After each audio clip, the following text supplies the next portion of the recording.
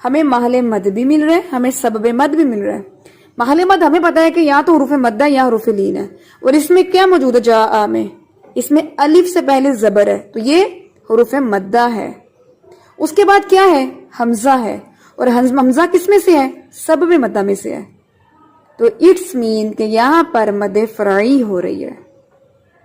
ٹھیک ہے, جاء قرآن پاک میں آتا ہے شاء اللہ, شاء اللہ. اب شاء اللہ میں کیا ہے, شاء کیا ہے, شین زبر الف شاء, اور ساتھ میں حمزہ ہے اور پھر اللہ کا نام ہے. تو اس میں محل مد بھی ہے, اس میں سبب مد بھی ہے. محل مد کیا ہے, الف سے پہلے زبر, الف مدہ, حروف مدہ میں سے ہے, اور اس کے ساتھ ہی کیا ہے, سبب مد میں سے حمزہ.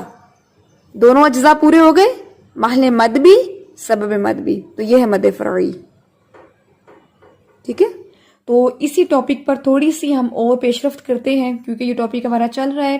ٹاپک تھوڑا لینتھی بھی ہے, اس لیے اس کو ہم تھوڑا تھوڑا کر کے لے کر چلیں گے, تاکہ جتنا آپ ایبزارب بھی کر لیں, آپ کو یاد بھی ہو جائے, انڈرسٹینڈ بھی کر لیں.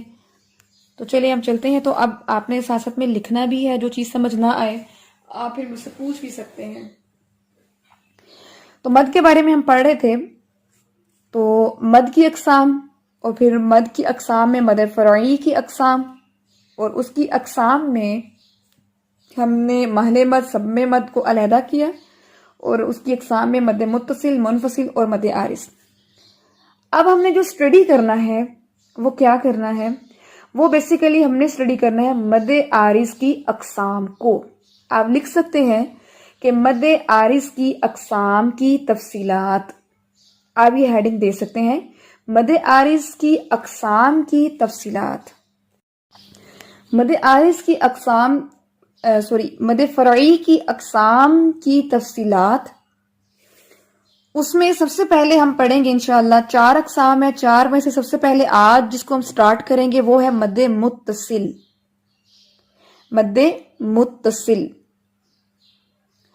مد متصل کو فردر اسٹڈی کرنے سے پہلے جس طرح ہمارا طریقہ کار ہوتا ہے کہ ہم اس نام کو پہلے دیکھتے ہیں کہ اس نام میں آخر کیا مناسبت ہے جو اس کی وجہ سے اس کا یہ نام رکھا گیا ہے. کیوں ہم اس کی توجیہ میں جاتے ہیں, کیونکہ رول جو ہوتا ہے وہ تو ہم بعد میں پڑھتے ہیں, لیکن رول کی ایک پکچر جو ہے وہ اس کے نام میں بھی چھپی ہوتی ہے. ٹھیک ہے, اس لیے ہم نام پر بھی فوکس کرتے ہیں. رول تو ڈیفینیٹ ہم نے پڑھنا ہی پڑھنا ہے, لیکن ہم نام پر بھی فوکس کرتے ہیں. تو متصل ایک عربی زبان کا لفظ ہے, اور متصل میں صاد لام سل. سل کا مطلب ہوتا ہے جوڑنا, جیسے آتا ہے صلہ رحمی. جی یہ مد فرعی کی اقسام کی تفصیلات, یہ ہیڈنگ ہوگی. اگر میں نے غلطی سے عارض بولا ہے تو یہ اٹس مائی مسٹیک, بٹ یہی ہے مد فرعی کی اقسام کی تفصیلات, یہ مین ہیڈنگ ہے. جی, تو ہم متصل پر بات کر رہے تھے. متصل میں صاد لام سل. سل کا مطلب ہوتا ہے جوڑنا, ٹھیک ہے, کمبائن کرنا, کنیکٹیویٹی, جوائننگ, کچھ بھی کہہ سکتے ہیں. اور عربی زبان میں صلہ جو ہے یا صلہ رحمی جو ہے, وہ رحمی صلہ کیوں آتا ہے, کیونکہ وہ رحم کے رشتوں کو جوڑنے کے لیے آتا ہے. ٹھیک ہے, اس سے یہ بات سامنے آتی ہے کہ متصل کا مطلب ہے کہ ایسی مد جو جڑی ہوئی ہوتی ہے. ٹھیک ہے, ایسی مد جو جڑی ہوئی ہوتی ہے. اب آپ نے فوکس کرنا ہے کیا جڑا ہوتا ہے. اب ہم دیکھیں گے, ہمیں پتا ہے کہ مد فرعی میں ہمیں 2 اجزاء چاہیے, ایک محل مد, ایک سبب مد. جب یہ دونوں آپس میں ملیں گے تو ہی مد فرعی ہو سکتی ہے. ٹھیک ہے, اگر ان میں سے ایک بھی ڈراپ ہے تو وہ مد فرعی نہیں ہو سکے گی. یہاں تک بات کلیئر ہے آپ کو؟ تو جیسا کہ کل بھی میں نے کہا تھا کہ مد فرعی جو ہے وہ تب تک نہیں ہو سکتی جب تک کہ اس کے دونوں اجزاء آپس میں نہ ملے ہوئے ہوں. اور وہ اجزاء کون سے ہمارے پاس ہیں؟ ایک ہے محل مد, ایک ہے سبب مد. تو محل مد اور سبب مد یہ دونوں کسی لفظ کے اندر اکٹھے ہو کر آئیں گے تو مد فرعی ہوگی. ٹھیک ہے, یہی بات ابھی ہم ڈسکس کر رہے ہیں کہ مد متصل میں کیا جڑا ہوا ہوگا, محل مد اور سبب مد یہ آپس میں جڑے ہوئے ہوں گے. ٹھیک ہے, تو مد متصل میں محل مد اور سبب مد آپس میں جڑے ہوئے ہوں گے, تو اٹس مین کہ اب یہاں پر مد متصل ہوگی. اچھا جی, اب آپ دیکھیں کہ اس چیز میں اپنے کنفیوز نہیں ہونا. جو محل مد ہے اس میں کیونکہ دو چیزیں آتی ہیں, ایک آپ کے حروف لین ہے اور ایک آپ کے حروف مد ہے, تو یہ اکٹھے نہیں آتے. یہ کسی لفظ میں یا تو حروف مدہ ہی ہوں گے یا حروف لین ہوں گے, اور سبب مدہ تینوں کے تینوں نہیں کسی لفظ میں آئیں گے, تینوں میں سے کوئی ایک ہی آئے گا. ٹھیک ہے, یہ بات آپ نے انڈرسٹینڈ کرنی ہے. اب پہلے میں آپ کو لکھواؤں گی ایک فارمولا, آپ لکھ سکتے ہیں فارمولا. پہلے میں آپ کو وہ لکھواؤں گی, اس کے بعد پھر میں اس کے مطابق آپ کو مثال, اور انشاءاللہ مثال کے بعد آپ کو ہر چیز انڈرسٹینڈ ہو جائے گی. تو فارمولا کیا ہے مد متصل کا؟ سب سے پہلے آپ لکھیں ایک کلمہ. ایک کلمہ, ٹھیک ہے, آپ لکھیں گے ایک کلمہ پلس کا سائن دیں. اب ایک کلمہ جو آپ نے لکھا ہے اس کے ساتھ آپ یہ بھی ایڈ کر دیں کہ ایک کلمہ کے آخر پر حرف مدہ. یہ پہلی سٹیٹمنٹ ہے, ایک کلمہ کے آخر پر حرف مدہ. پلس کریں اسی کلمہ کے آخر پر حمزہ. اسی کلمہ کے آخر پر حمزہ. بس یہ دو چیزیں چاہیے. مد متصل میں ہمیں کیا چاہیے کہ ایک کلمہ کے آخر پر حرف مدہ اور اسی کلمہ کے آخر پر حمزہ. اب آپ دیکھیں جیسے لفظ آپ لکھیں قرآن پاک میں آتا ہے, جیسے آپ آیت نمبر بھی دیکھ سکتے ہیں. آیت نمبر ہے میرے سامنے 108 نکالیے, سورۃ البقرہ 108. اس میں آتا ہے فقد ضل سواء السبیل, جو کل آپ نے پڑھا تھا. اب یہ جو سواء یہ ایک کلمہ ہے, ٹھیک ہے, ایک لفظ ہے. اب اس کے اندر حروف لین ہے یا حروف مدہ ہے؟ اس میں حرف مدہ ہے. واو کے اوپر زبر ہے اور ساتھ میں الف ہے, تو الف سے پہلے زبر, یہ ہو گیا. اس کے بعد حرف مدہ کے ساتھ ہی جڑا ہوا کیا ہے؟ حمزہ, اور حمزہ ہے سبب مدہ میں سے. ٹھیک ہے, ساتھ ہی ایک ہی لفظ کے اندر ہی حرف مدہ بھی ہے اور اس کے ساتھ جڑا ہوا ہے حمزہ. اس لیے یہاں جو مد ہو رہی ہے اس کو کہیں گے مد متصل, جڑی ہوئی مد. ٹھیک ہے, آیت نمبر دیکھیں آپ 101 سورۃ البقرہ آیت نمبر 101. وَلَمَّا جَاءَهُمْ, جاء یہ ایک لفظ ہے, ہم اس کی ضمیر ہے, جاء یہ لفظ ہے. اب ایک لفظ کے آخر پہ کیا ہے؟ الف مدہ. الف سے پہلے زبر, محل مد میں الف مدہ آ گیا. اس کے بعد کیا ہے؟ حمزہ جڑا ہوا اس کے ساتھ, سب میں مدہ میں سے حمزہ. اب یہاں پر جو مد ہو رہی ہے اس کو کیا کہیں گے؟ مد متصل. نمبر 9 ہے بہا, اصل میں ایک منٹ وما یکفر بہا الا الفاسقون میں آپ دیکھیں بہا میں الف مدہ ہے, لیکن جو الا ہے یہ دوسرا لفظ ہے. یہ بہا ایک لفظ ہے, الا دوسرا لفظ ہے. ہم نے فارمولا میں پڑھا ہے کہ ایک ہی لفظ کے آخر پر حرف مدہ ہو اور اسی لفظ کے آخر پر حمزہ ہو, تو یہ تو دو لفظ ہو گئے. تو یہ تو متصل تو نہیں ہے, جڑی ہوئی نہیں ہے. آیت نمبر 91 میں ہے انبیاء اللہ. انبیاء میں دیکھیں یہ ایک لفظ ہے, ٹھیک ہے, یہ پورا ایک لفظ ہے. اور انبیاء یا کے اوپر زبر ہے, ساتھ میں الف ہے, تو یہ الف مدہ ہے اور ساتھ اس کے جڑا ہوا ہے حمزہ. اب یہاں پہ مد ہو رہی ہے مد متصل. ٹھیک ہے, بے شمار اس کی مثالیں انشاءاللہ آپ جب پڑھیں گے تو آپ کو انشاءاللہ مل جائیں گی. تو یہاں تک امید ہے انشاءاللہ کہ آپ کو مد متصل کی سمجھ آ چکی ہوگی. انشاءاللہ فردر ہم اس کو تھوڑا اور اسٹڈی کریں گے کہ ہم نے اس کو کتنا لمبا کرنا ہے, یہ ہم کل پڑھیں گے. آج صرف جو چیزیں آپ نے یاد رکھنی ہے وہ یہ ہے کہ مد فرعی کی اقسام کی تفصیلات میں ہم نے سب سے پہلے مد متصل کو دیکھا، متصل کی ہم نے توجیہ کو دیکھا کہ متصل کو متصل کیوں کہتے ہیں، کیونکہ اس میں حرف مدہ اور حمزہ آپس میں جڑا ہوا ہوتا ہے، ایک ہی لفظ کے اندر ہوتا ہے۔ پھر ہم نے اس میں دیکھا کہ اس کا جو فارمولا ہے وہ دیکھا کہ ایک کلمہ چاہیے اور اس کے آخر پہ ہمیں حرف مدہ ہو اور حرف مدہ کے ساتھ ہی حمزہ بھی جڑا ہوا ہو، تو یہ اس کا فارمولا ہے۔ یہاں تک ہم نے آج اسٹڈی کر لیا الحمدللہ۔ آپ کا ہوم ورک یہ ہے، اب اپنا ہوم ورک لکھ لیں کہ آپ نے جتنا ہم نے پہلے پارے سے لے کے جتنا ابھی ہم نے 112 آیات تک ہم نے پڑھ لیا ہوا ہے، آپ نے 5 مثالیں اپنی اس کاپی میں لکھ کے آج گروپ میں اپنا اسکرین شاٹ سینڈ کرنا ہے۔ آپ نے اپنی آڈیو جیسے یا بھیجتے ہیں لیسن کے لیے، ساتھ میں آج مد متصل کی جو مثالیں ہیں 5 ان کو لکھ کے آپ نے سینڈ کرنا ہے۔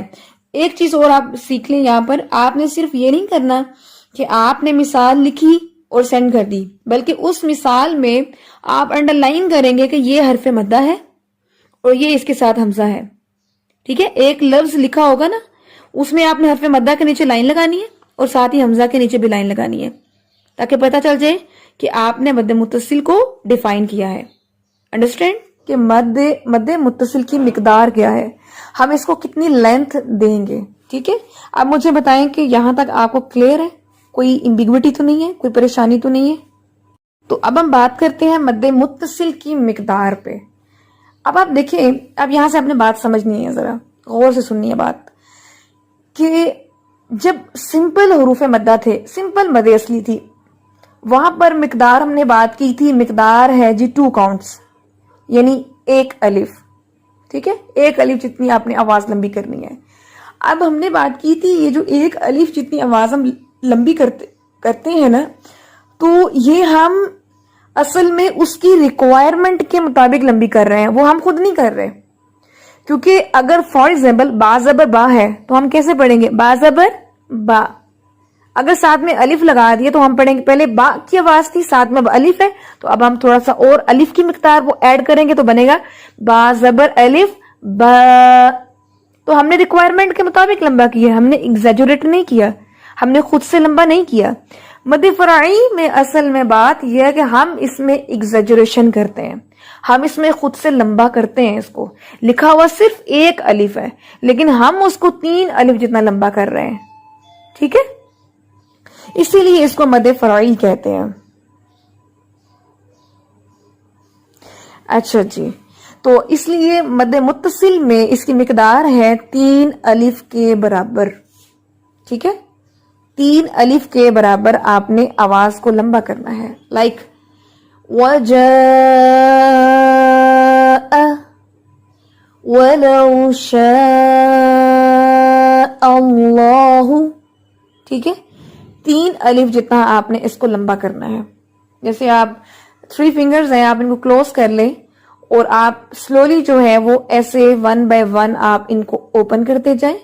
جتنا ٹائم آپ ان فنگرز کو اوپن کرتے ہوئے لگائیں گے اتنا ہی لینتھ آپ اس کو پڑھتے ہوئے دیں گے، ٹھیک ہے؟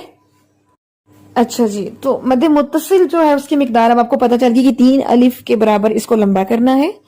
اور ایک بات اور نوٹ کر لیں کہ مد متصل کی مقدار جو ہے اگر آپ اس میں کمی بیشی کرتے ہیں تو یہ ایک بڑی غلطی ہے، کیونکہ مد متصل کی جو مقدار ہے آپ اس کو چاہے آپ تحفیظ بھی کر رہے ہیں، چاہے آپ نماز تراویح بھی پڑھا رہے ہیں، آپ مد متصل کی مقدار کو کم نہیں کر سکتے، ٹھیک ہے؟ کیونکہ مد متصل کا دوسرا نام ہے مد واجب، ٹھیک ہے؟ یعنی اس کو واجب، یہ واجب ہے، یہ مد جو ہے یہ واجب ہے، فرض کے درجے کے لیول کی مد ہے یہ، ٹھیک ہے؟ اس کا نام سیکنڈ نیم آپ لکھ سکتے ہیں مد واجب۔ تو اس کی مقدار کسی صورت میں بھی کم نہیں ہو سکتی۔ تو سوچیں جو تجوید کا علم نہیں رکھتا، جس کے پاس اس کی اکنالجمنٹ نہیں ہے، نالج نہیں ہے، وہ تو پھر اس کو تو بھی نہیں پتا ہوگا، وہ تو مد کی مقدار کو اوپر نیچے کرتا رہا ہوگا۔ رسول اللہ صلی اللہ علیہ وآلہ وسلم سے ایک یہ چیز آتی ہے، ایک دفعہ حضرت عبداللہ بن مسعود جو ہیں ان کے سامنے کوئی تلاوت کر رہا تھا، تو وہ جو تلاوت کر رہا تھا وہ للفقراء والمساکین، آیت کے یہ دو الفاظ میں نے آپ کے سامنے پڑھے ہیں، للفقراء والمساکین. اب للفقراء یہاں پر ہو رہی ہے مد متصل. اس پڑھنے والے نے مد متصل کی جگہ پر مقدار اتنی لمبی نہیں کی جتنی لمبی کرنا تھی. تو حضرت عبداللہ بن مسعود جو ہیں کبار صحابہ میں سے ہیں، انہوں نے اس شخص کو روک کر کہا کہ رسول اللہ صلی اللہ علیہ وسلم نے اس کو مد کر کے پڑھا ہے، یہاں پر مد کرنی ہے. تو آپ یہاں سے اس کی امپورٹنس دیکھ لیں تجوید اور ترتیل کی، کہ ایک مد کی مقدار میں ہلکی سی کمی بیشی جو ہے وہ اس کو بھی فوراً پکڑ لیتے تھے اور اس کی اصلاح کرتے تھے کہ یہ چیز بھی کمی کا باعث ہوگی، یہ چیز بھی رولز کے اگینسٹ ہے، تو آپ اس کو درست کریں. تو باقی آپ دیکھ لیں کہ اور رولز، اخفاء، غنہ، اور چیزیں اور ادائیگیاں، وہ تو پھر بڑا میٹر کرتا ہے. تو یہ چیز ہے کہ آپ یہاں پہ جو مقدار جو ہے اس کو بھی کم نہیں کر سکتے. چلیں جی، الحمدللہ میں نے آپ کو مد متصل کا فارمولا بھی بتا دیا، اس کے نام کی توجیہ بھی بتا دی ہے، اس کا سیکنڈ نیم بھی بتا دی ہے، اس کی مقدار بھی بتا دی ہے، اس کی مثالیں اور پڑھ کے میں نے دکھا بھی دیا. اس کی اہمیت میں نے آپ کو ایک قول جو ہے عبداللہ بن مسعود کا میں نے وہ بھی سنا دیا ہے. تو الحمدللہ یہ ہمارا ٹاپک جو ہے یہاں پر کلیئر ہوتا ہے. انشاءاللہ کمنگ کلاس میں ہم نیکسٹ جو قسم ہے اس کو ہم سٹارٹ کریں گے. جی